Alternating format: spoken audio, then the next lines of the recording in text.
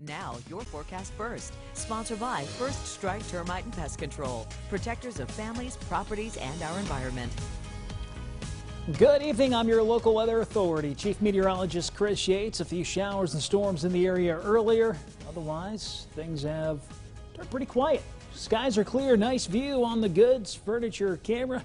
Not a whole lot going on radar and satellite either, though there are a few clouds and showers to the west. Those are not expected to make it this far east tonight. Skies will be clear. Temperatures are expected to dip into the low 60s later tonight. But more showers and storms could impact the region tomorrow. Some of those might be strong. We'll have that full forecast coming up. WYZZ News at 9 starts now. Tonight at 9, summer construction projects continue across central Illinois. The areas that drivers in East Peoria may want to avoid on their way to work. Also, a mother and her daughter were victims of a caracol attack in Bloomington yesterday. We're talking about how police handled that situation. And a Swedish youth baseball team is visiting central Illinois, while the players and coaches have traveled and made that trip to America. But first, a Peoria club is the target of backlash tonight after several people say they weren't allowed in because of their hairstyle. This tops our 9 at 9 tonight. Thanks for joining us. I'm Eugene Daniel. That owner even posting on Facebook calling it a no dreadlock policy. And Treasurer Roberts joins us now in studio. Treasurer, what's this all about? Eugene, the owner of Saddle Up says the policy lasted for only one night and in that sense deleted the social media post. Said he was trying to crack down on marijuana use in the club. Several people have reached out to WYZZ saying no one even checked their ID and that they were told they couldn't come in because they had dreadlocks. Kamal Evans recorded his reaction on his phone. On the recording, he asked for an explanation from the owner, but says no one ever came out to speak with him. He says he doesn't have a criminal record and doesn't even smoke. He doesn't think it's right to judge a person by their hair. Like, you didn't even take my ID. They just seen the hair and was like, you can't come in.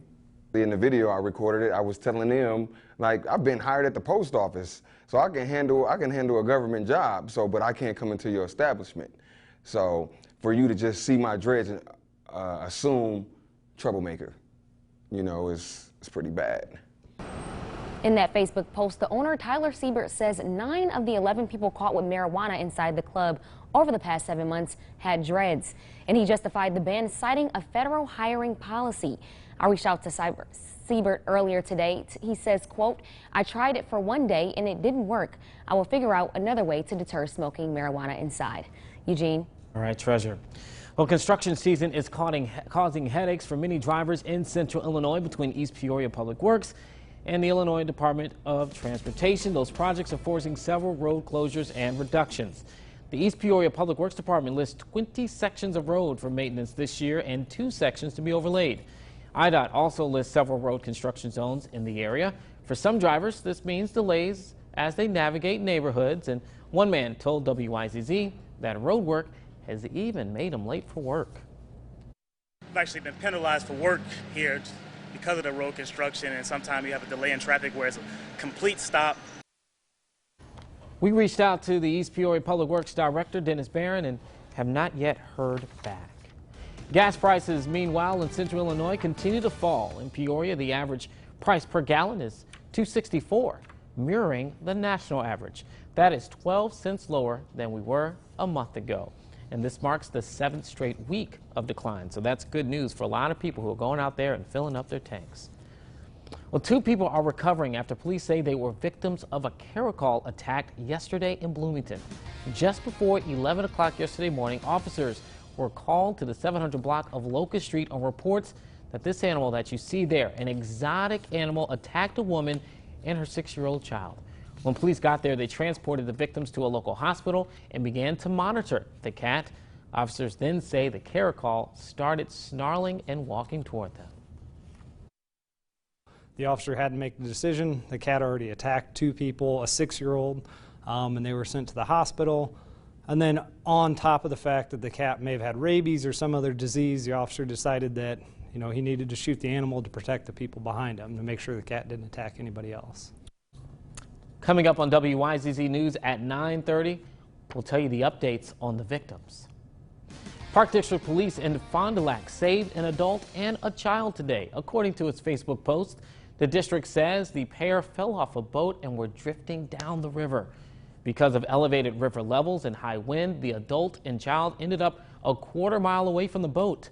Crews were able to get them out of the water. They want to remind people that when the river is above flood stage, currents can be dangerous. It's the day that the family of Ying Zhang has been waiting for 2 years, finally seeing justice for their daughter. A jury today took less than 2 hours to find Brent Christensen guilty of Zhang's murder.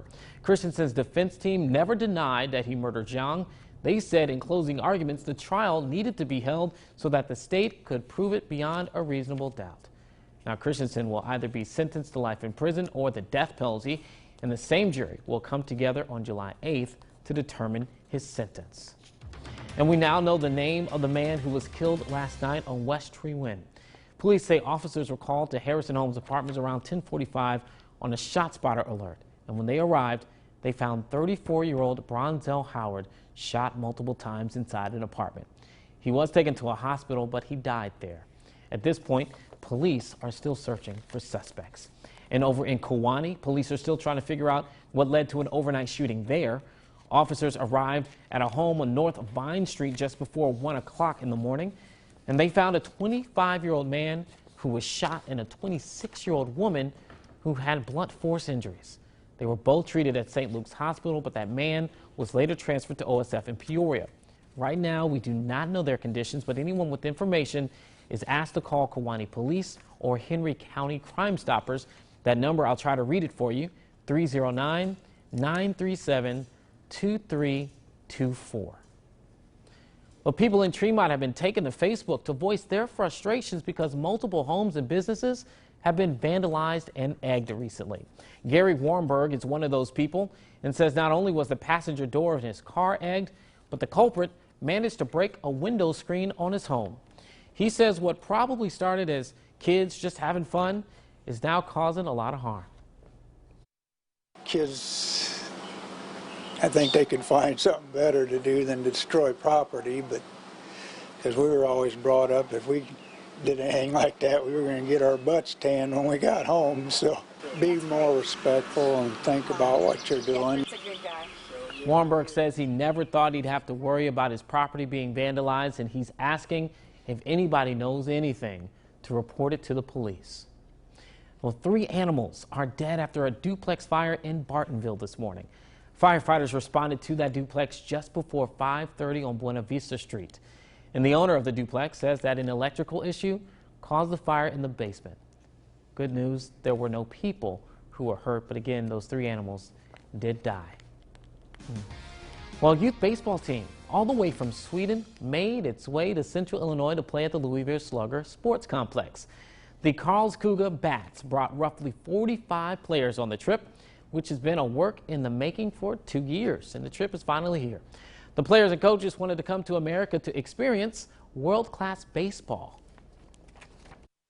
We literally brought 7 or 8% of the entire baseball population here to Peoria.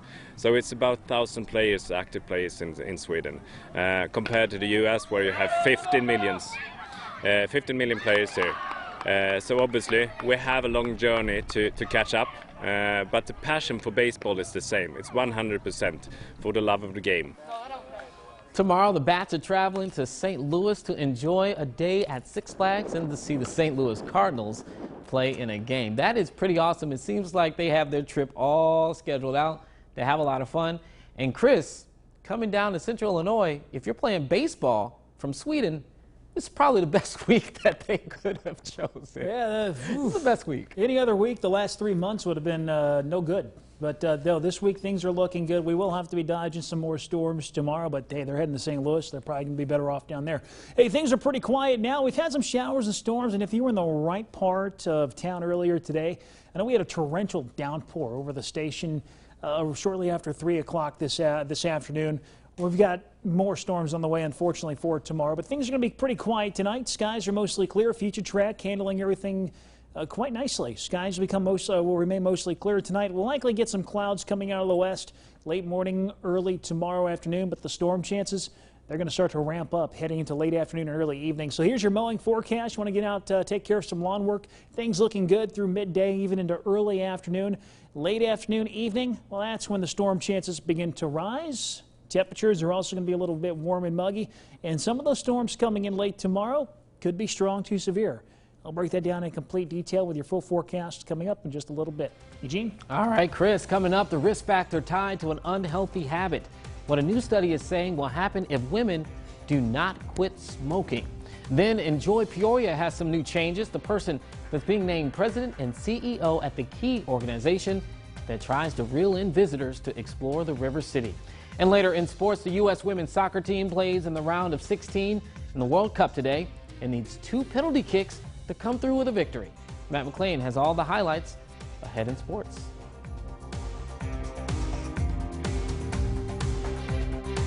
You're watching WYZZ News at 9 with Eugene Daniel, Chief Meteorologist Chris Yates with your local Weather Authority forecast, and Kurt Pegler with sports. This is WYZZ News at 9.